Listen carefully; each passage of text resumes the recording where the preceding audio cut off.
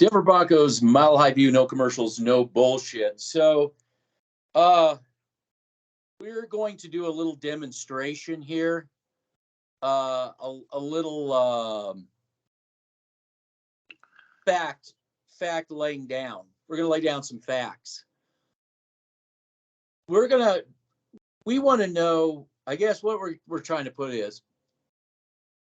down here is that I don't want this to be like we just hate John Elway or something, along those lines, just a hate fact, or we hate what he's done to this organization. That's for sure. Love the quarterback and all that, but that's done and over with. This guy in no way has the right to slink off, to shirk his responsibility and all this mess onto George Paton. I almost want to call this video saving George Paton, but it's a bigger issue than George Paton. This is to Rob Walton and his group that said we're turning the page. Are you really turning the page, or is that just another "Let's Ride" slogan? I'm really not happy with the fact that you got 8 turd polishing platforms that Elway set up being paid not to tell the truth. And for all those people that say Elway had no hand in this, Russell Wilson, we're saying he had the major hand in this. He's the driving force. But when we're done with this demonstration, I put a little video together just to put some of the facts out there, because at the end of the day, you can say Elway didn't have anything to do with this, but after this, you're choosing not to see the facts. You're choosing not to look at what's right in front of you. That's a choice. It's not the facts. It's a choice. Elway clearly is still, well, at least at the time with who knows what's going on now. But this whole Russell Wilson, even after the owners got involved, it's even come out here in the sports that Elway is still running things behind the scenes. Elway himself did a video, had some woman reporter saying, we were going to hire this other coach. And I believe very strongly that that's what all the rest of the media is going to point to. But we're going to show you that Dan Quinn, in fact, was Paton's choice. He picked Dan Quinn as the head coach, and he was overridden. We're going to show you. We're going to play it all out for you.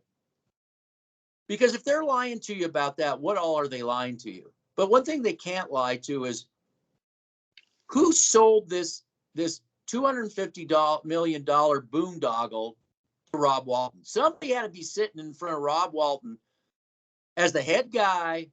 And my take is this: if George Paton isn't even allowed to pick the head coach, because even the media here talked about the search committee, okay, that overrode Paton, who wanted Dan Quinn.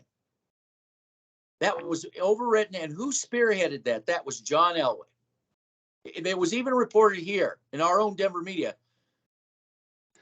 DNVR is doing everything. They're putting out misinformation or non-information, I guess the lack of information, I guess, so that they can get the bar, that bar on their upper floor there all restocked. They don't have to pay for that. Probably Dove Valley has a hand in that if you really want to count the beans. But James Menelik, this is going to be for you. You mentioned 10 coaches, but you didn't mention who Paton actually hired. You're paid not to tell the truth. You're paid not to talk about this.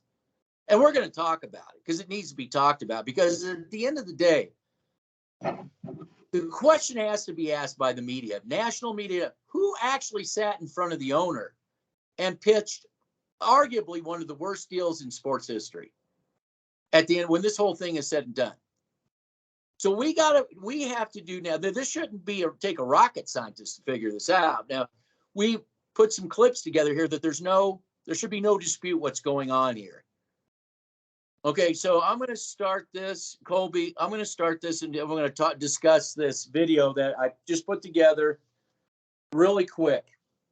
Here we have the guy that doesn't exist. Look at him. He's all happy and everything because this is his legacy. His legacy is he's ready to get into his legacy. Now, before the season started, we kept saying this team is anything but a quarterback away. Anything but a quarterback away. And everybody bought the bullshit. Again, if they're lying to you about this team, there's nobody thinks that now. Everybody knows. And people couldn't understand why we kept saying that. If they lied to you about that, what all are they lying to you about? So here's a guy that doesn't exist. Now, the schedule came out, and it's the irony of ironies. He's so happy the schedule come out. My legacy is going to be defined. Yeah, it's going to definitely be defined. I got it right here. Let's ride. I got it right here. Let's ride. Now, are you going to tell me, are you going to sit there and tell me with a straight bait, this is just a mascot? Oh, he's just a mascot. He's just like that horse, that silly horse all dressed up. He's just a mascot. I don't think so. Why is the guy running around in a scooter in the hallway? You know, do you think he had a hand in what would turn out to be his undoing here with the schedule from hell? Let's go on here. Let's go on a little bit. Okay, here's the draft. Here's the draft. Who is sitting shotgun? There he is. There he is. Who's sitting shotgun on these first picks with George Paton? Who's sitting there? Is he really just a mascot? Honestly, is this man just a mascot? Why would he be sitting shotgun? Now, I'm going to leave links to all this stuff. If you know, when they produced this, they wanted to make him like he's just a fly on the wall or something. Why is this guy? Why is he sitting shotgun? And Paton keeps saying, I like Woods. I like, who's Woods, by the way? I didn't know who Woods was. Jelani Woods. Yeah, who is this guy? Because you're the draft guy. I'm just a chopped liver. The tight end out of Virginia, I believe. He was the second rated tight end behind him. He was neck and neck with Trey McBride for me coming out in this year's draft. I also had a higher grade on Isaiah Likely, who went, I believe, in the 6th or 7th round, and he's actually doing really good with the Baltimore Ravens. But yeah, Jelani Woods is the tight end out of Virginia. He plays for the Indianapolis Colts. I know. So he keeps saying, I like Woods, but you know, he goes, but so, anyway, so my question is, why would he even be there? And what we don't have, I didn't provide, we have a link in our archive where we have insiders in the draft that said everything leading up to this draft was John Elway, sources that when he went out scouting, George Paton went out scouting. This guy sitting shotgun was tapping him on the shoulder, saying, no, tap, tap, tap, no. So this guy's just a mascot. He doesn't exist, but he sits shotgun to George Paton. I don't. What part of this do you not understand? That this guy has an influence of what's going on. He's just an outside consultant, right? But he's clearly inside. These first draft picks. So I just want everybody to see this. This isn't me talking about it. You can see with your own eyeballs. Right there. There he is, just sitting there. Can you pause it for a second? I just want to. Yeah. Go ahead. Go ahead. No, go ahead. By all means. You know, the reality of the situation is, and, you know, I come across as an asshole, and, you know, I really don't care. You keep bringing this stuff up, I still think people aren't going to give a shit. And here's why. Because I think people are so trained, and they're so trained as Denver Broncos fans. I'm not saying everyone is trained like this, but everyone is trained. Even if you do show this stuff, they'll come up with another excuse. I mean, I had a commenter on my video. We'll get into that later. It's blowing up right now. On my, where Denver hold the front office accountable. Yeah. Yeah. They're not going to, even if you do show them this, and I love it so far. I mean, that, somebody who actually has a mind and thinks of his own will take this away and be like, you know what, this guy's right. He's not speaking out of his ass. I don't really think that even if you do show this stuff, people are just so trained to love the product and love what Dove Valley and the 8-turn polishers or something. Well, I agree there's some of those people, but now I'm getting feedback too that's opposite of that. I'm getting feedback like you lied, and I'm hearing feedback on those turd polishers like, no, you guys lied to us. Nobody's buying it anymore. Right. I'm hearing it. I'm not sure. There's going to be a certain amount of people that, but this is for the national media too. This isn't just for fans. Again, we're a GM centric channel. The national media who look like a bunch of assholes because they listen to all these idiots. Sooner or later, you're going to have to ask, who was it that stood in front of Walton and gave it the biggest sales pitch ever? I guarantee you. And we'll get into this. It's this, and whether I don't care if a couple of dumb fans, and let me just put it this way. I can understand fans out there who've been brainwashed, who don't even know that any of this, because they heard it one time, maybe if they heard the Dan Jacobs show about the search committee and everything, it may have caught that. But I mean, you got Menelik out there purposely not talking about him hiring Dan Quinn. He hired Dan Quinn, and this guy here said, no, you will not hire him. We're going with Hackett. This is the man, and we're going to get, we'll play all of it. But yeah, I'm just saying that we're finally getting some reach, and this is the first time people are hearing this. I want to say this too. John Elway it was not the architect of 2015, the Super Bowls. He was the obstacle. Thank you. He was the obstacle in all that. Thank you. John Elway didn't want Von Miller. He tried to get that shut down. He didn't want Wade Phillips. And Manning himself said that it wasn't John Elway, but he didn't say it in those words. But what he said is it was Pat Bowlen. Pat Bowlen, not John Elway. Adam Peters.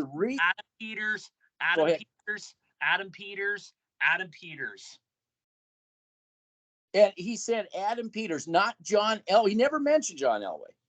But and what the takeaway was on the national media when he said, I signed because of Pat Bowlen, they said that was a jab at Irsay.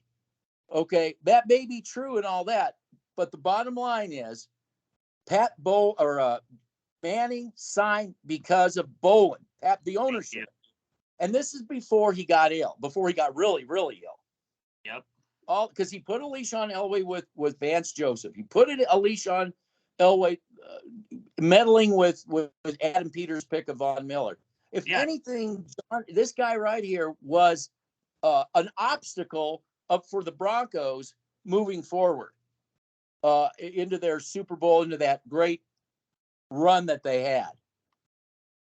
He was the obstacle. Wade Phillips and Manning, these guys brought all those defenders in. Yep. Pat Bowlen was instrumental in all the backbone, the foundation of all that. Who drafted Menelik Jackson in the 6th round? Who drafted Danny Trevathan in the 7th round? Who drafted Kayvon Webster in the later round? Not this guy. No. Not this guy. It was Adam Peters. Yeah, and Pat Bowlen made sure this didn't happen. That he was here meddling. He did not want Von Miller. He tried to override Adam Peters, and Pat Bowlen said, no, we're going to get Von Miller. And Peters. He said, let Peters do his job. Thank you. And he got the green light from Pat Bowlen. Adam Peters did, and they drafted Von Miller. He also, when he was a free agent, didn't want to bring Von Miller back. And Von Miller and him got into it, and his mother was brought into the fray when they signed him to that big contract. He didn't want to bring back Von. No, he didn't. He got rid of Menelik Watson. He got rid of Menelik Jackson, T.J. Ward, Danny Trevathan. Yeah. He got rid of all that. That's the legacy of Elway. And then telling everybody out of the other side of his mouth that we're just a quarterback away, because that's all he knows. He just knows names. I mean, look at the legacy of this guy right here. And let's get into this with Russell Wilson. what is the thing before this man here, Paton, before he showed up? What's been the legacy with this guy? Menelik Watson, Jawan James, Gregory now. Okay. Jarrell Casey, and we can go on and on and on. And Ron Leary. And then let's not even talk about players. How about coaches? Who are they paying right now? They're paying Fangio, right? Now they want to get rid of Hackett, they'll be paying him too. So this guy's the architect of bringing in bad choices, no matter if they're good or out, not working out, overpaying, and then paying for them. And it looks like Russell Wilson, they'll be paying for him too. This guy, it totally defines that of the Denver Broncos. It's this guy. He's the guy that needs to be called out, him. And it has to be done by Walton. Walton, I mean, I'd be pissed off. I mean, you look like a complete moron the way this guy sold you the bill of goods. Because now they're using our talking points. The sold the bill of good talking points. They say sold a bill of goods. This is the guy that sold all the bill of goods right there. He's got the final say. Okay, go ahead. No, you're absolutely right. Let's go. Let's move on. Move on. So he's just a man. He doesn't have any say, right? Okay, time out. Pause it on that real quick. I forgot to bring this up too. You're bringing up excellent points. I don't want to get you off your roll here, but I also wanted to bring up, what did we hear all off season from this organization in Death Valley? That John Elway wasn't meddling. He was in Hawaii drinking his liquor and shit, right? And then he had nothing to do with the team. Yeah, nothing to do with the team. He was in Tijuana drinking his, Bud Light or whatever, or his margaritas or whatever. At the end, like I said, this organization is such a, what's the word? This organization is so dysfunctional from the top down.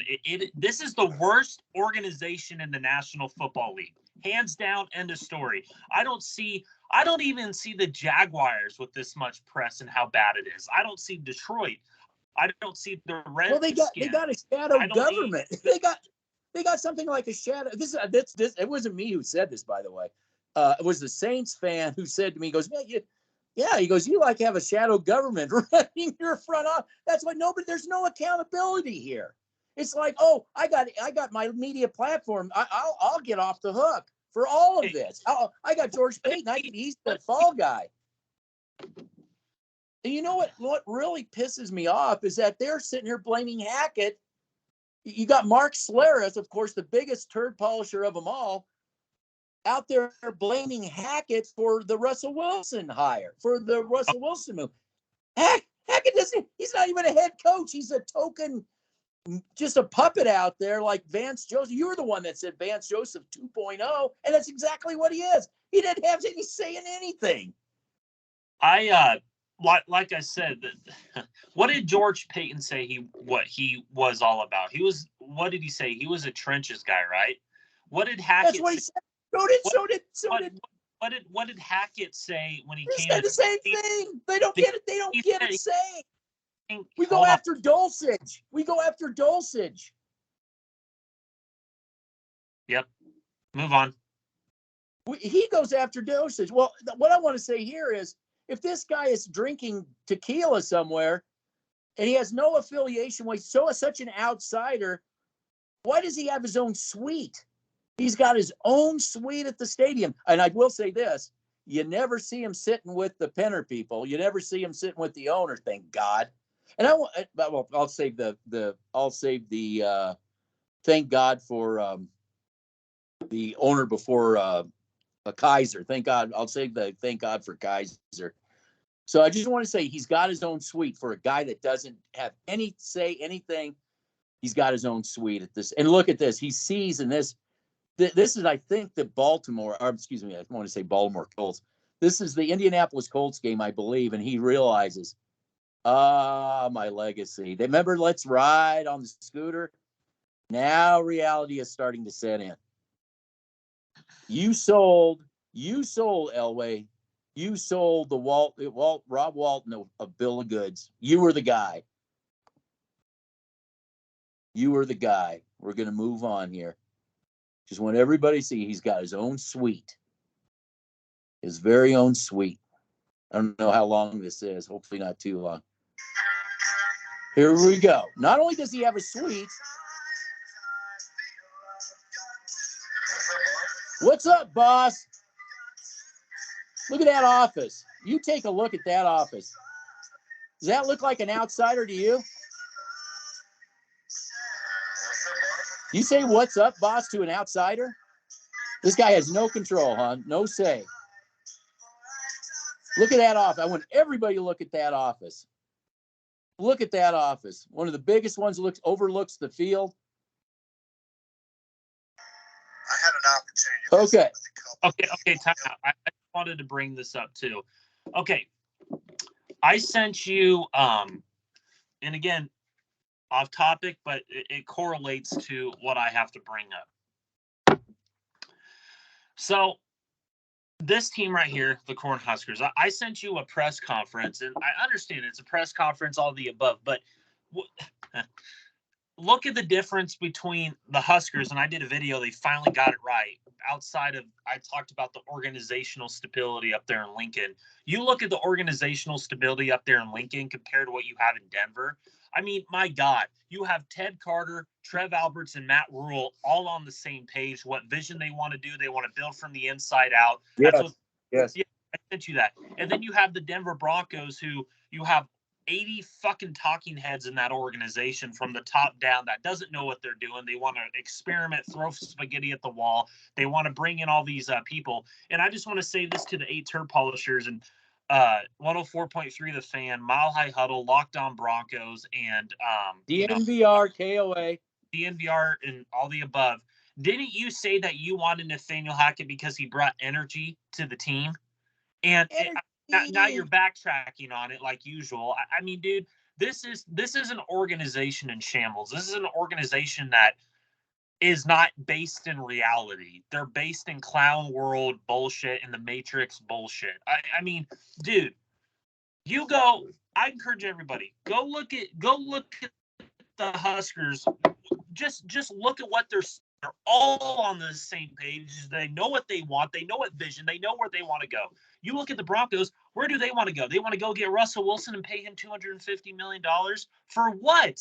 He wasn't ready to come here. And I warned everybody that you don't have, we got a lot of crap for what we did against the Buffalo Bills preseason game. What did we say? We got crap for everything. For saying that this team is not a quarterback away. Yep, absolutely. Now I want you bring up this Husker issue. I want to just kind of expand on that a little bit. What was the culture in the I'm just saying that this is actually a good example. What you bring up is good. Yeah.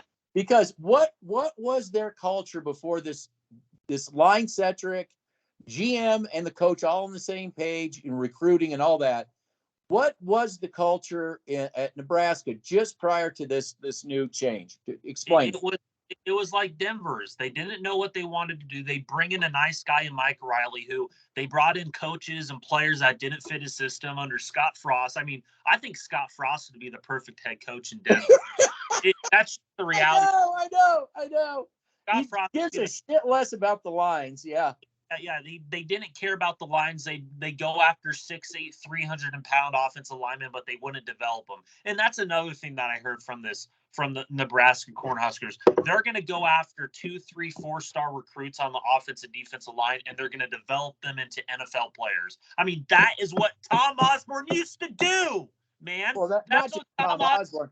Anybody that has a brain in their head, that's what they do. They start from the inside out. Everybody knows that's a winner. Knows that. That is why I'm so infatuated by what Tom Osborne did. I wasn't alive in the 90s to understand how special it was, but you were alive, dude.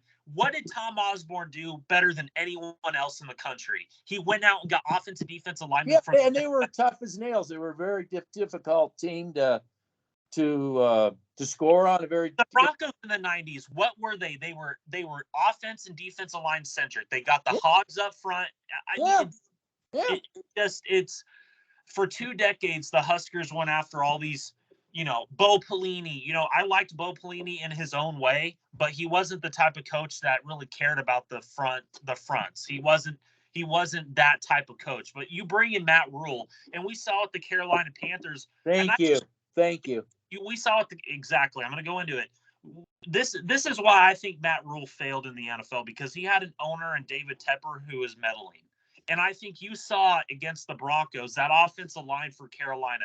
I'm telling you right now, the Huskers, the Cornhuskers organization is in a better place right now than the Denver Broncos organization. Oh yeah.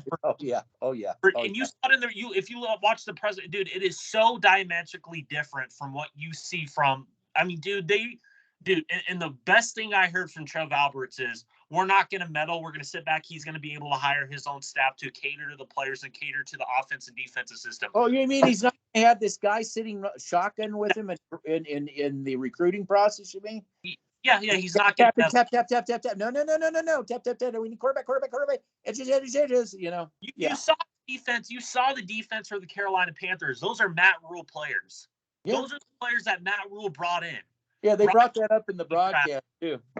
Brian Burns, he drafted. Derek Brown, he drafted. He brought that offensive line for Carolina. I mean, dude, the Denver Broncos couldn't even get any pressure on the quarterback. Sam Darnold had all day to throw the ball. Yeah, and that's the takeaway. That's the takeaway. You saw the player personnel versus player personnel, the gap. You saw the gap, and then plus the fact that, you know, this ain't a motivated group. It's toxic, and it's just. It is what it is. Now I want to get into this this whole idea that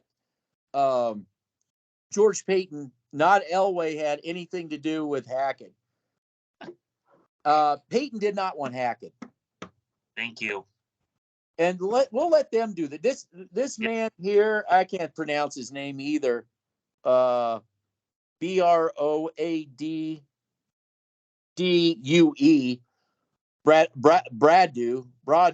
Bradu. Maybe it's Bradu. It may be Bradu. Is a close friend and colleague of Dan Quinn. Yep. And he has the insider both in Denver, what happened, and this was corroborated. This is corroborated by Denver. So this is their little clan. Bradu, whatever his name is the old guy that's going to be talking here. He just to clarify for people who don't know, he's the guy that's at the bottom of the screen right here that is going to be explaining to you guys how how George Paton got overruled on this decision. Go ahead. Sorry. No, good. Yeah, that's good. So here we go. I was pretty adamant. I wouldn't say pretty. I was adamant that Dan Quinn was going to get that job, right, Jeff? You sure were. I was very, with him. That's what you told the people. I did. I told the people. Right to their face. I did. But there seems to be some things that have kind of gotten in the way of all that and how that happened. And who was that? I find it interesting that, that's key. That was key. Well, right? We'll let this roll. The title of this is Elway in Quinn's Way. Elway in Quinn's Way. Elway in Quinn's Way. We talked. Dan Jacobs here in Denver talked about the search committee. The search committee, who was spearheaded by John Elway, and it gets into, and this really gets into Russell Wilson. Really, they talk about Aaron Rodgers, but really, we're going to get into that too. Let's back it up a little bit. Okay. Just let it play out. There seems to be some things that have kind of gotten in the way of all that and how that happened. And I find it interesting that, John Elway, right? See, that's the side as the general manager there. Quote unquote. John Elway influenced this thing in George Paton. Is it Paton? George Paton? He got influenced here by John Elway and Joe Ellis. And if you know the story of the Broncos are about to be sold. And what I was told is George was told that hiring another defensive coach was a bad idea. Uh-oh. And so, they had gone through John Fox, they'd gone through Vic Fangio, and they're saying, hey, listen, let's not have another defensive coach here. Boring. Yeah, exactly. So the belief is that Elway's trying to set this thing up by hiring Nathaniel happen by them getting Peyton Manning to come to Denver. Oh, Aaron Rodgers time. What I've learned. Okay, I'm going to that right there is a key statement. This whole thing with Russell Wilson, because they panicked because they never got Aaron Rodgers. Aaron Rodgers said, "No way, Jose." They went into full-on panic, and they did. Well, we'll give up everything. We'll give up. The idea was Elway's legacy. We're going to recreate this Manning thing. I think Elway honestly believes his own bullshit too. I believe he really thinks he's really put all these great players together. They're a quarterback away, even though he gets rid of great players. Going back to Menelik Jackson, and overpays and makes mistakes, and he's just like the worst ever. I mean, historically, he is the worst GM / outside consult, whatever it is he thinks he is. He like broke all records for being the worst. Here we go. Is that Aaron Rodgers has a really, really small circle of people he trusts in this league. And Hackett's part of that group. When they got Peyton Manning. Okay, I cut all that bullshit out. Of the organization. Hey, if Nathaniel Hackett is Aaron Rodgers, you hire Nathaniel Hackett 10 times out of 10. But that didn't happen. So I don't know necessarily if he wants to give up picks and stuff for what's about to happen in Green Bay. Yeah. Now that tells me he's the guy that doesn't want to give up all the picks, because he was on the inside loop on all this, or Dan Quinn was. That these conversations were going on. But it seems like to me that, just talking to a couple of people, that John Elway and Joe Ellis runs the trust that's about to sell the team. There's also a big belief that. So he's effectively the chairman, in a way. Yeah. And you're also dealing with the president. Exactly. So what our sources were saying and your sources, Bill, about George Paton was accurate. Yeah. And if it was up to him, he would probably be the coach. Yeah, absolutely. Got it. There you go. There you go. And this was corroborated here in Denver. Dan Jacobs show. The search committee emerges. Oh my God, they can't hire Dan Quinn. No. John Elway, tap. No. They're telling you. Our own media said it. Now they don't want any mention of this. Well, they're all out to get Hackett, who only was here. He's not here to be a head coach. It was the hope. That's why they want to get rid of him, because okay, we fucked up by hiring Hackett, thinking we were going to get Aaron Rodgers. Okay, we don't need him now anyway. It's just there for Aaron Rodgers. That's not how you run a team. You're not a quarterback away. And we know Russell Wilson with the fake phone to his ear at the press conference saying, "Are you sure this is what you want to do?" He's saying that to his front office. "Are you absolutely sure you want to do?" "Oh, fuck yeah, we are. We're doing it, man." Obviously, they were sure about it. This is a desperate organization with a desperate individual who went up to Rob Walton, desperately selling this whole shit show. And Walton said, "Okay, I don't know. I'm not a football. I never had a football. Sure, it sounds really great." Oh, and they sold it. They sold that turd. You saw the shit we got. They were just about 8 platforms were all humming on. All of them had the same narrative. Nobody said, wait a minute. This team was a cellar dweller last year and the year before. This team obviously doesn't have the player personnel. No. They're all on the same, and they got the national media sucked in. But this is the true story of who hired Hackett and why. The relationship there that was solid, and that the general manager got influenced by what they call their board of directors. Yeah. And then Aaron Rodgers loses, and the story changed very quickly over the matter of like 24 hours. They're kind of feeling like that with the team also being up for sale, that if you find a way to potentially land Aaron Rodgers, yeah, you're making tens of millions more, maybe hundreds of millions. Exactly. And now I'm going to go ahead with that. That's basically all I wanted to show. Okay. And I'm going to turn this around now.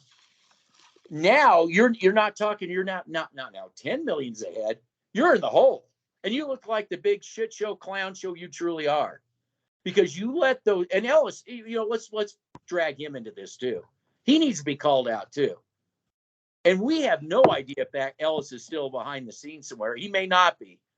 It may have been just to get, he probably stepped in to pitch that Russell Wilson deal. And maybe he stepped out, but we see the guy's office. We see him riding on a scooter. You cannot ignore the 10,000-pound Elway elephant in the room. We hear from sources here and abroad that he's meddling, not just with draft picks, but when it came to decision making if let me just say this.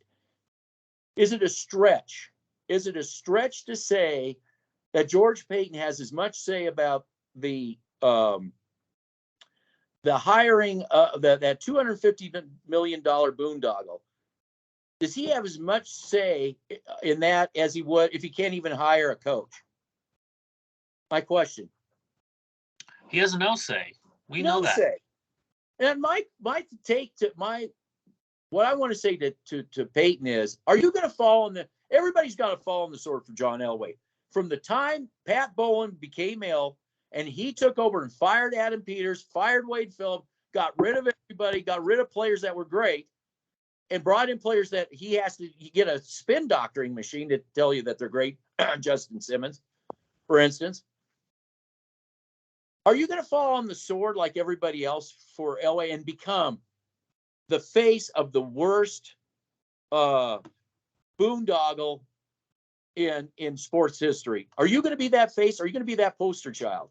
Or are you going to stand up and is Mr.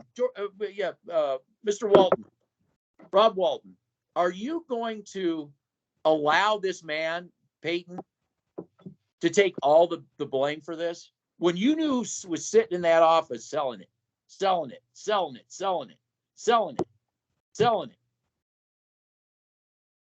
And because you can't be blamed for biting on it. I mean, I can't blame you, but you can get blamed moving forward if you don't come clean at how this thing went down and how you were taken, how you were sold a bill of goods, how you were made to look like an idiot.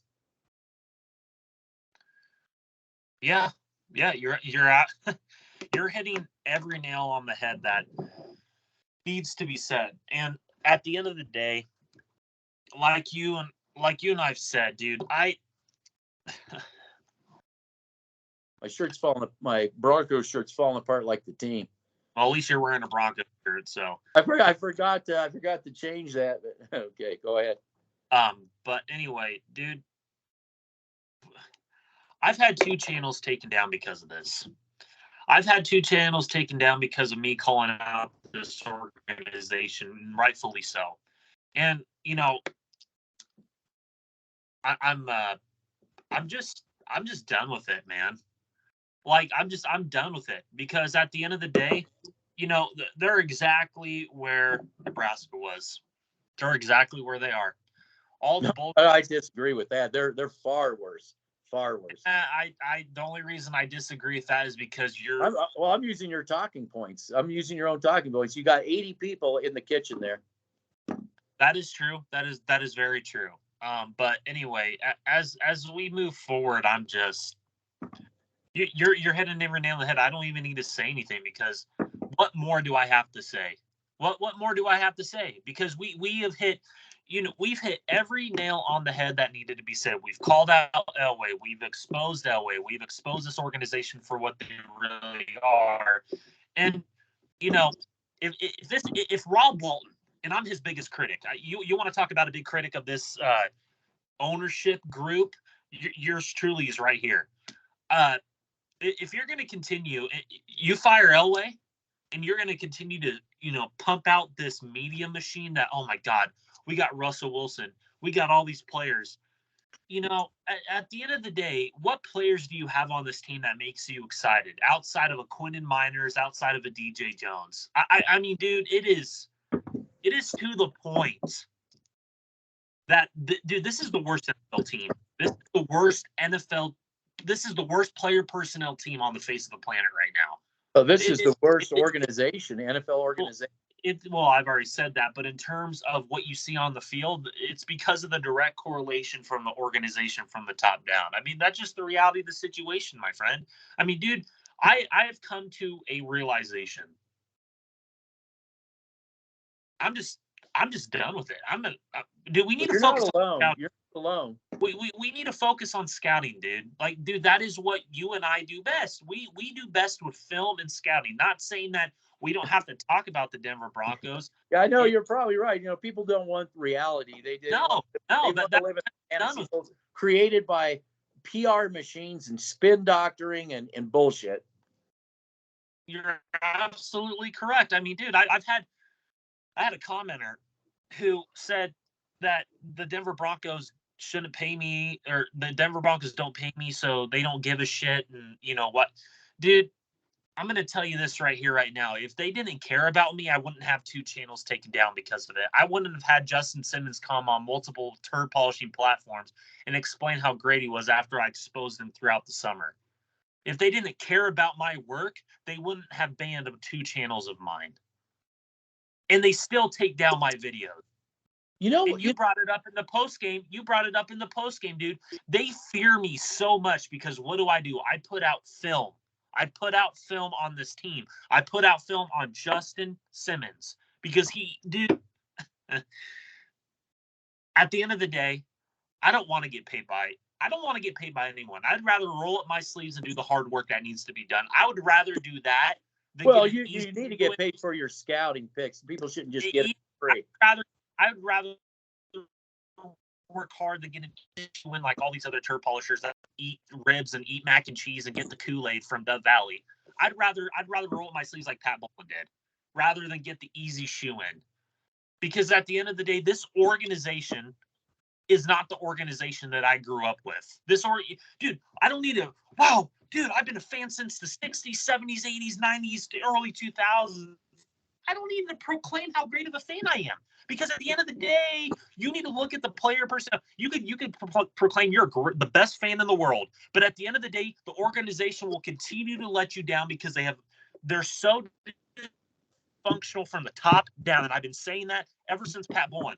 And I told you, what did I say this offseason? That you have a coach in Vance Joseph, souped up version 2.0, who ain't going to have any say on anything. He's not going to have any say. George Paton, I said coming in, yeah, he said all the right things, but in reality, he wasn't able to go get a Rashawn Slater. He wasn't able to, dude. You're right. I'm just done with it. I'm done with the bullshit. I'm done with the Matrix bullshit. Get out of the Matrix. Because at the end of the day, this team is not reality. Rag down. He's not able to get the rag now. No. He can't get the Creed Humphrey in the second round. No. Oh, well, yeah. No. He can't. He can't get the Justin Jefferson. He has to pick Jerry Jeudy. Oh yeah, you're the guy that said pick Justin Jefferson. No, nobody said no. Yeah, this man said it during the draft. I know. That's why you should be paid when it comes to scouting. That's why when it comes to scouting, because you're in a league all on your own, man. Denver Broncos, so frustrating. It is like now you feel my frustration. That's why I just do not enjoy doing these not saying that I don't like. I want to talk about our frustration for a second, because all people know, because they don't watch film. They don't watch film. They listen to 8 turd polishing channels who don't. Not one of them vary from the. There's no. It's one monologue thing. Go to one channel, sounds like the other channel, Nobody has any different, because they can't. They're given a script. The only thing they know is fire the coach. Okay, fire the coach, fine. Don't fire the coach, fine.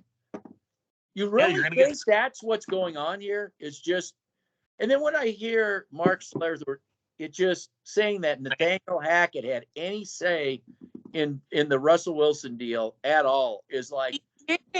Why did they bring Hackett? Why did they bring in Hackett? They brought in Hackett to get Aaron Rodgers. They didn't bring in Hackett to get Wilson. Mark, why do you really think we're that stupid? Do you really think Hackett had any say whatsoever in the whole Russell Wilson thing? I mean, I'm offended by you. Thinking your audience is that stupid and that dense so you can cover for your buddy. It's just it's despicable, really. It's really despicable. It's disgusting. It's not despicable. It's disgusting. It is both. It's both. Well, it doesn't. Dude. Why did they bring in Hackett? I said when that report came out, when Adam Schefter was getting mad because Robert Griffin, Alex Smith, and Booger McFarland were talking shit on the Broncos and say this team is nowhere close to Russell Wilson. You see Schefter, okay, I got to think of how I'm going to defend Elway. They were Dude, Schefter and Elway are drinking buddies. Schefter tells the story out in Mexico when he did that game he just did in Mexico City. He talked about him and Elway closing the bar together. That's why I don't want to get close to anybody with. You can't get close to anybody. You start becoming friends, and then you can't be objective. Why during the draft night? What was it? 2 years ago, a year ago, where I said that report about Aaron Rodgers coming to Denver was bullshit, right? Now, why did they bring in Nathaniel Hackett? Was it for Russell Wilson or Aaron Rodgers? Aaron Rodgers said no. So what did the Denver Broncos do? Panic. What did John Elway do? And then the Seahawks. Well, I don't know if we really want to trade him. And they got they got Rolls Royce of everything. They're gonna have a top 5 draft pick this year, dude. They may have top 3 draft pick. They're gonna have a top 3, top 5 draft pick in both of the first and second rounds. There's a real top 5 and top 3, a real one coming right at you, not a fake one that the turd polishers told you. What did we hear? That the 2 people that live in their mother's basement. What did we hear? That we're wrong. We don't know football. We don't know what we're talking about. Boy, that really aged well, didn't it? That really aged well, because here's the reality of the situation. We were right once again. We didn't realize how quickly that this was going to happen, how bad this was going to crash and burn. But what did we say? That it's going to get worse before it gets better. And I'm telling you guys right now, the worst is yet to come, because he sent me the contract details of that Russell Wilson contract. I'll include that in the notes too. Dude. You think that everything is gonna be great for the next couple of years? Whoo-wee. Dude, you have no idea. Dude, they were sitting so pretty. George Paton, and I believe they were gonna bring in Dan Quinn to revamp this whole entire play personnel on the defensive side of the ball. That is just the hunch I had going into this thing. And it sure seems like it. Listening to they had everything ready. They could have got Charles Cross. They could have got Jordan Davis. They could have got Chad Muma. They could have got a plethora of other players. Quarterback. I'm so obsessed with the quarterback. They had the cap space. Dude. Whoever convinced DJ Jones to come here and play next to Draymond Jones is an absolute genius. Whoever pulled that off should get paid. Who should get a raise? I don't know who. I don't know what happened, but dude, whoever convinced DJ Jones to come to this team, because he's the best defensive lineman we've had since Malik Jackson, in my opinion, since Derek Wolfe, and he's getting double teamed left and right. And then you have Draymond Jones, and then you have Mark Schlereth proclaiming that, man, we got to give him $20 million per year, dude. Dude, you got to get Elway out of the door. You got to get Elway out of there. They'll never. Draymond Jones is nothing. Justin Simmons sucks. Patrick Surtain is getting exposed to get week after week now, and they're doing exactly. For some reason, dude, I think that somebody in that organization, I think somebody's telling him to play LaShawn Austin ball, where he's playing 10 to 20 yards off. When I said he's a better man-to-man corner and he uses the sideline to his advantage. And you saw that with the Panthers. You saw a few plays where he played man-to-man. They tried to throw on the sideline, and Surtain did great. But, dude, again, game after game after game, dude, it's becoming blatantly obvious. Where's Browning been? Where's this Browning experiment? Yeah, exactly. Where's Gregory been? Who? Do we have a guy named Gregory on the team? The guy who you paid $70 million to. And I watched him, dude. I watched him at Nebraska. He was a 4-3 defensive end. You also brought in a guy, Jacob Martin, from the Jets. Where's he been? Dude, that's the organization we're at now. That's the organization. I got a question. Is does that defense even have an identity at all? I mean, really? Does its team have an identity at all? Well, we know that, but this defense, remember, it's the fifth best, first best. It's until they actually find somebody that sticks to a plan. Dude, what did I say after the Raiders game? Dude. What did I say after the Raiders game? That the Jaguars put out the blueprint, but the Raiders finally just put the nail in the coffin, dude. Every team from this point forward is going to do exactly what the Panthers did, what the Raiders did, what the dude. I'm telling you right now, I said that from the very beginning. I said you said that from the very beginning, but you had offensive coordinators that their head was so far up their ass that they couldn't. I said exactly who decided to cut their own nose off to spite their face. But dude, it was so blatantly noticeable from the Jaguars game, from the Raiders game, and the Panthers, dude. Dude, you got Baltimore. Are you kidding me? No. It was blatantly obvious with the Seattle game. I want to say this. This is what I want to say. It was blatantly obvious in preseason and training camp. Yes, that's why they couldn't bring out the starters. Now, this is what I want to say.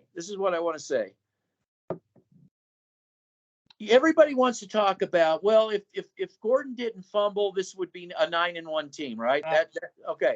This is what I want to say to counter that. You do know there's two sides to a story. You do know that if Seattle actually stuck to their plan in the second half that worked in the first half, it would have been a blowout. It would have been a blowout. You do realize if we're talking ifs here, you said if would be 9-1. If. So let's talk ifs now, because it goes both ways. Nobody wants to talk about these ifs. If San Francisco if Garoppolo had a couple of games under his belt, and they were running the ball up and down on the Broncos, no problem, like every team does, with no problem whatsoever. If this guy could have just hit one pass to a wide open receiver, their top receiver going like this, he's going like this, just like Tyreek Hill. I'm over here. There's nothing but a touchdown in front of me. Nothing but no. You couldn't hit the side of a barn. If you had the Texans stuck in the second half, just like Seattle, with what was working in the first half, they decided to get all cutesy, they would have won that game because the defense was getting thrown on and they were being run on, both of them. But then they wanted to get cutesy, and they ended up cutting their own nose off to spite their face. Let's talk about Jacksonville. Jacksonville was going up and down on it, no problem, running it, throwing it. And then what is the idiot himself, Lawrence, do? And every Jacksonville tweeted, like they never saw anything like it before. Right, 5 yards in front. This isn't like he was like 20 yards off. Oh my God, 10. This guy was 5 yards in front of Lawrence, and it's like he actually. There you go, Justin. He wasn't even throwing it. He was throwing it to the guy that was behind the defender, way behind the receiver, instead of throwing it over Justin Simmons' reach easily. Just like a basketball shot right in the corner of the end zone, the back corner. That would have been a win and a loss for the Broncos. Okay, so now let's circle to the team that actually has been sticky to something, the Raiders. Besides the last game. Against the Broncos, anyway. Yeah. Yes. What did they do? They exposed Justin Simmons like the man dude, this guy. Justin, dude. I don't understand it. Lawrence was exposing Justin Simmons until he decided to say, and that's why I said Justin Simmons needs to book a flight for Lawrence and take him to Elway's for a steak dinner. I mean, come on. This team's a joke, man. I'm done talking about them. Yeah. So they're finished. And Walton, you got. You got a mess on your hands. Walton, yeah, you got a big yarn, a big mess, a can of worms. And I just say we opened up with talking about Bowlen. I'm going to end talking about Bowlen. Bowlen, it was all brought down to brass tacks, the lowest common denominator, common sense stuff. Rob Walton, if you want to be a successful owner, you can have your stadiums and all that, but if you want to have a successful football team, you need to start eliminating and getting down to brass tacks and just get people who know how to build from the inside out. Don't interfere with them. And what you got there right now, committees and all this, God knows what going on over there, coaches that aren't coaches and everybody with a finger in the pot. You better get a clue real fast, because this thing it's going to be one of the biggest. It already is, but I mean, it's going to like go into a universe that I don't think sports has ever gone into with how bad an organization is. Not even I can wrap my head around it. How bad it could be. I just want to say this. You don't understand how much I miss Pat Bowlen. You don't understand how much I miss Adam Peters. You don't understand how much I miss John Beek. You don't understand how much I miss the process. I love the rebuilding process in the way that is so simplistic and the way that is right. That's what made Pat Bowlen so special to me, is because, and even hearing stories about Osborne, there's no family environment. Oh, it's independent content. They even said it at the all 8 turd polishers finally admitted it. Because that locker room is so divided right now. I think the front office is divided. I think it's a mess in the front office too. Well, yes, obviously that trickles from the top down. But I just, man, it is such a 180 from what we had in Pat Bowlen. It's such a 180 from what we had under Adam Peters. It makes me sick to my stomach when I have people just defending this John Elway legacy. I mean, dude, it is so just mentally taxing. And at the end of the day, I'm going in a different direction with my channel. It's going to be scouting all the way. I'm done with this bullshit. It's ridiculous, because what is going to happen this offseason? We're going to hear the exact same thing, I believe. We're going to hear wash, rinse, repeat. Wash, rinse, repeat. So me and you are going to speak into existence till we're blue in the face, and then nothing changes. I mean, right all the time. How's that healthy? Yeah. Speaking truth here. I'm out of the matrix. I used to be in the matrix. I'm out of the matrix. Okay, I'm out of the matrix. Go to what works. Do what works. Scout what works. Offense and defensive linemen. And you see, the Eagles are 10-1. Who? The Eagles are Mr. Walton, pay attention. Go look pay attention. Go to the Eagles. Look at the Eagles. They're 10-1. They are 10-1. Why do you think that is? I mean, they have an offensive line that bulldozes people. They have an offensive line that bulldozes people. Who was talking up the Eagles before the season? Who was liking their dress? Said they had the best draft. They were doing it right. This man right here, who gets shadow banned. I bet you, I want to change it a little bit. I want to talk about the Rams real quick. I bet you if you went and looked at the Rams right now, I bet you their lines are suffering. I bet you if you looked. Yeah, I looked, but I bet you if you looked. Yeah, they have a terrible offensive line. Terrible offense. Oh yeah, edges, the quarterback. Oh yeah. That's all you need. Matthew Stafford got killed. He got beat the crap because what? The offensive line sucks. And I just remember my uncle got tickets to the.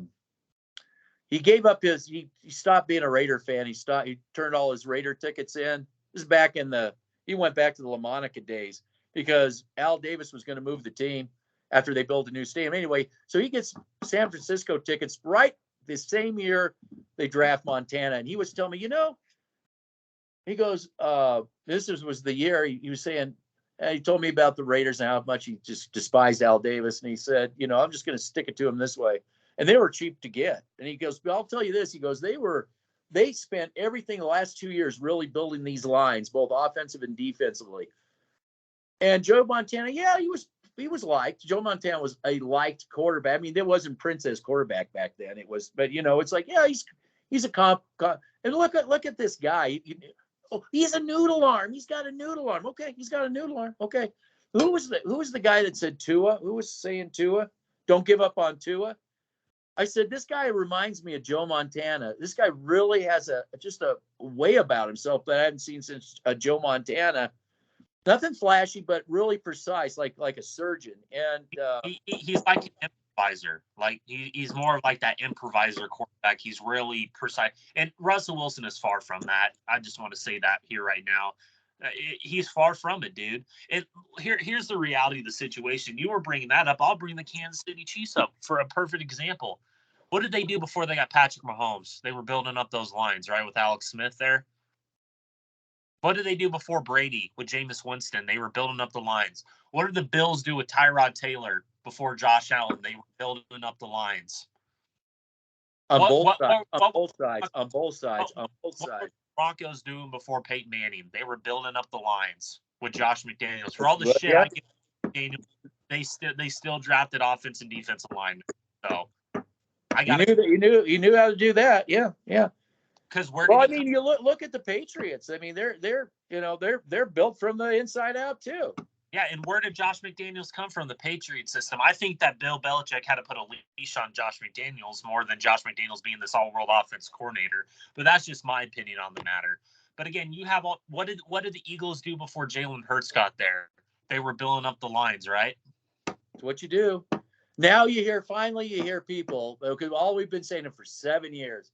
Well, these all we got was bringing it up, dude. The Huskers people are finally bringing it up. All we got was just good enough. Oh yeah, don't worry. The quarterback raises ship. They'll raise the ships. No. Is Russell Wilson raising ships, or are the people around him getting pissed off at him because he got a contract he didn't deserve? He didn't deserve that contract, by the way. I'll talk about Tom Brady right now. Tom Brady's not raising ships. Of course he's not. His line is starting to slip from what it was when they won the Super Bowl. Of course it is. Mm-hmm. Look what happened. You know what? Russell Wilson didn't deserve that contract. He did nothing. You should just, if you were going to trade for Russell Wilson, you should have kept him for those 2 years. You did exactly what I thought Denver would do. They're the typical Elway would do. Or Broncos would do. They're John Elway Broncos now. It doesn't matter. At the end of the day, this organization is the worst ran organization in the National Football League, and I think in football in general. They have no idea what they're doing. None. All 99 people with their finger in the pot don't know. They're bickering back and forth. Yeah, Lightning McQueen and 9/11 chick and all that crap. That's what we are now, buddy. And at the end of the day, you knew this was going to come. You said once John Elway got full reign, this was going to come. So you're the one that called it before anybody else. And I just followed along and I did my research and I'm like, yeah, I'm not going along with this bullshit because I see it with flying colors. And dude, at the end of the day, the Denver Broncos are what we thought they were. They're the worst ran organization in the league. And if people get offended by that, oh, well, keep staying in the matrix, keep being sold a bill of goods, keep being the Kool-Aid drinkers, and keep being disappointed year after year after year. You know how many years we're going on with this? This will be 8 years. You know how many more you're going to go if they don't get a clue? Oh, we're going to go on more. I guarantee you. You're all tied up in that Wilson. What draft pick? Oh, we got the first-round pick from the 49ers. Okay. Yeah, you feel confident in that pick, that pick's going to be picked correctly? I think you better get that guy out of shotgun. I think you need to get that guy out of the shotgun. Okay, you know what? I was going to bring this up, and thank you for reminding me. I wanted to talk to you about this real quick before we get off here. I've come to the point where it's not drafting the person, it's player development. Exactly. There's no player you can get a Quinn Miners, but are you developing him correctly? You can get a Dalton Risner. Are you developing him correctly? You can get a Baron Browning, but are you really developing him correctly? He's not an edge player. You can get a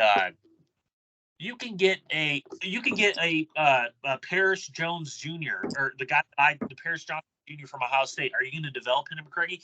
You could have got a Rashawn Slater. Are you going to? I think he would have worked great. There's no culture here, except a bad one. Players that want to get out of here. Players that because there's this guy that needs to be shown the door. There's a guy. Yeah. Well, he's the only one. Gregory, you name it. Russell Wilson. Yeah. There's players there that suck. That get all this money and suck the everything out of this organization with it. That guy has got to go.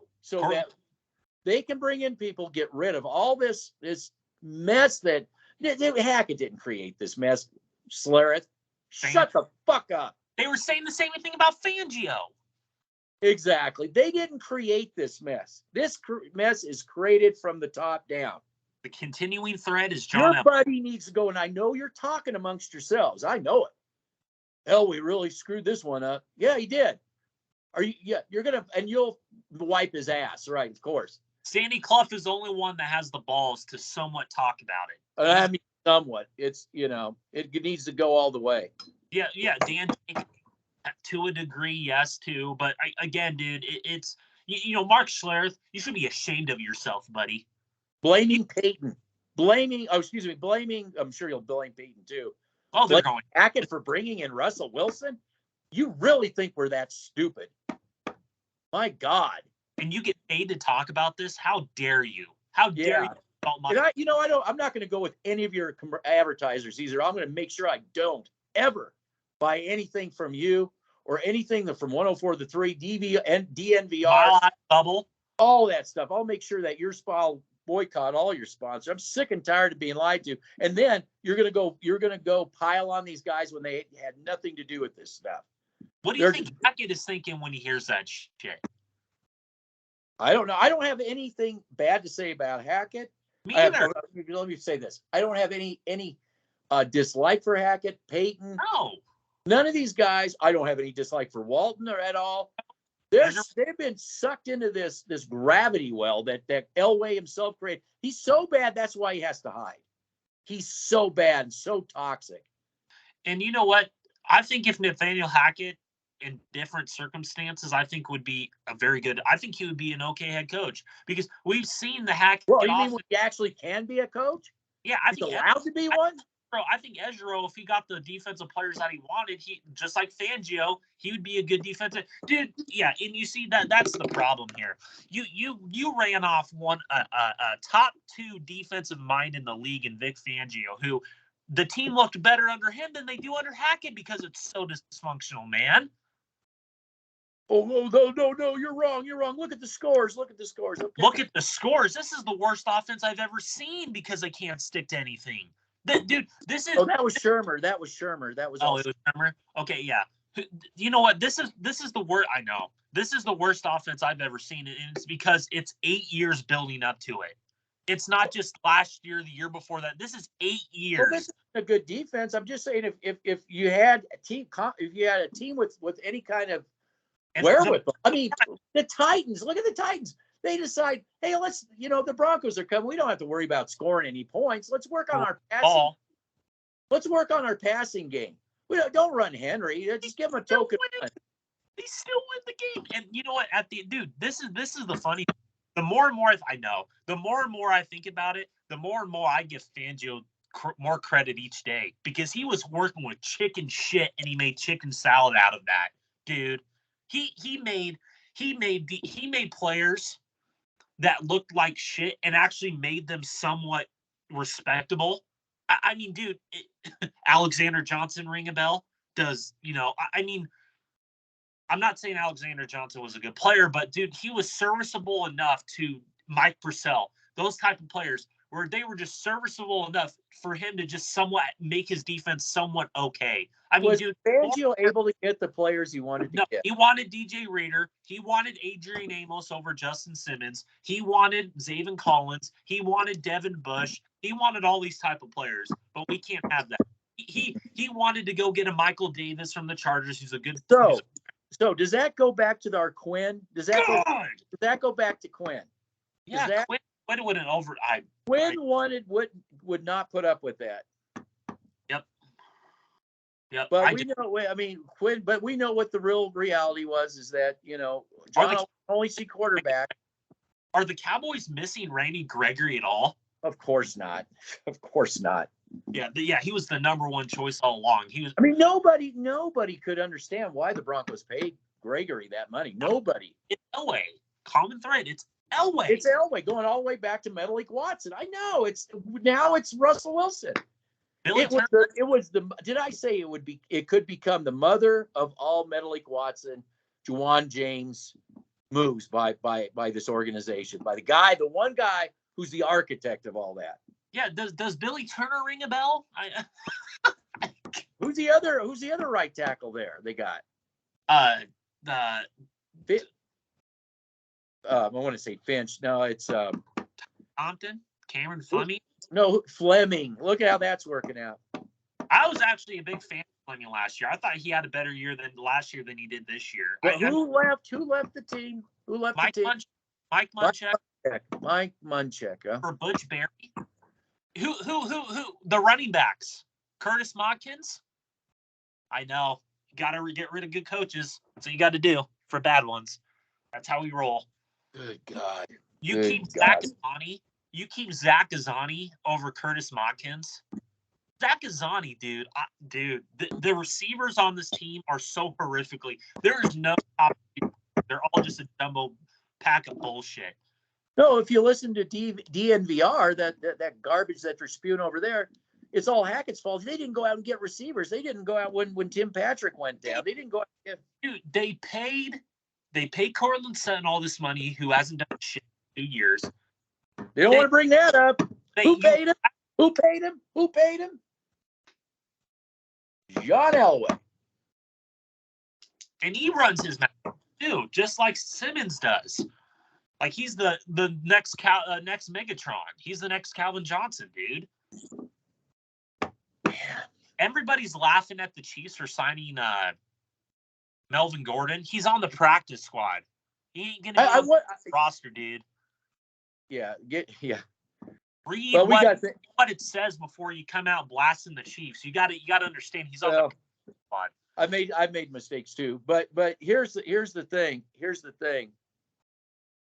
Remember all those videos Justin Simmons was a part of about how disrespected the Broncos were? And I showed that to people from other teams, and I got the same response. I got the response of, "My God, that's weird." They said that's really weird. It's so unprofessional. Yep, he sucks. Yeah, well, you know what? We're not gonna sit here and blow smoke up your ass, players. If you don't cut the mustard, you don't cut the mustard. We're not part of John Elway's little, posse to make all his picks look like, what they're not. And then the national media gets sucked in. What a bunch of suckers, man. You can't even make that. Yeah, a lot of people get sucked into it. It's ridiculous. Yeah, because nobody wants to think. The thinking is overrated. It's gone. No, it's gone. They're in the Matrix. Yeah, they want to keep eating that steak dinner that doesn't exist. Yep. All right. Anything else? No, I'm just going to go watch this. I'm probably going to put out film review today or tomorrow, Broncos and the Carolina Panthers, and I'm just going to talk about the game and all that crap. So how wonderful Justin Simmons did in that game. How wonderful Draymond Jones did. How the running game was so superior. Yeah, how great Josie Jewell and Alex Singleton did. Well, I'm giving them a pass. That's what the turd polisher said. Like that crap. It just insults. Well, they've been giving them a pass all year long and just looking at scores. Well, it just insults your intelligence. That's why I don't listen to people that insult my intelligence. I can't do it. I just needed to get a beat on what the you're right. We know what the narrative is. Wash, rinse, repeat. Go Big Red. All right. I'm gonna upload this and I'll figure out what to call it. I'd like to call it some sort of accountability, or George Paton isn't the, or Hackett didn't, whatever. I'll get it. John Elway Broncos need to be held accountable. Yeah, something that I think I'm going to go with. I'll figure it out. I'm kind of tired right now anyway, because I had a Lulu of a day yesterday. No, you're just in your mother's basement. You don't have to do anything. So. Wish I was in my mother's basement, but that's not the real world that I live in. All right. Stay warm. All right. Take care. Yep. Bye. Bye.